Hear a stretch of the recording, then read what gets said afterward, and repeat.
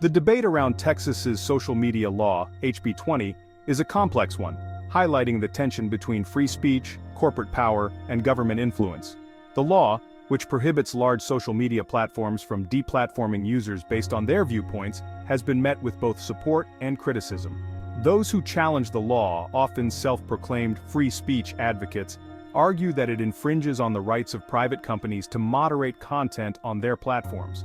However, critics of these groups argue that their opposition to HB 20 reveals an ulterior motive: to protect the established Western liberal ideology, particularly in foreign policy, by censoring dissenting voices like Jackson Hinkle and Midwestern Marx. These critics contend that these free speech advocates are, in fact, influenced or even controlled by the US government, using corporate power to silence viewpoints that challenge the status quo.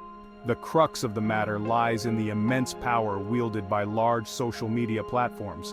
Their ability to deplatform users effectively silences their voices, arguably creating a chilling effect on free speech akin to government censorship. When these platforms become the primary channels for public discourse, their decisions on content moderation can significantly impact the diversity of viewpoints expressed and heard. In this context, the question arises: should these platforms be held to a higher standard when it comes to protecting speech? Given their outsized influence, some argue that additional measures are necessary to ensure a level playing field for diverse viewpoints. After all, the individuals being deplatformed under HB 20 are not those promoting violence, hate speech, or other illegal activities.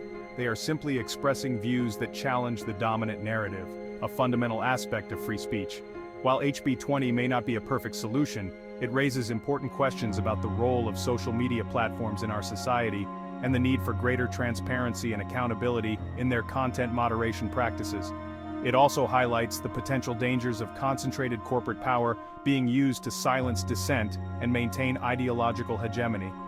The ongoing legal battles surrounding this law will undoubtedly shape the future of online discourse and the balance between free speech and corporate control.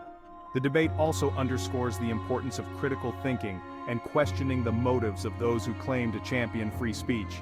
It's essential to consider whose voices are being amplified and who are being silenced, and whether the concept of free speech is being used to protect the powerful or to empower the marginalized.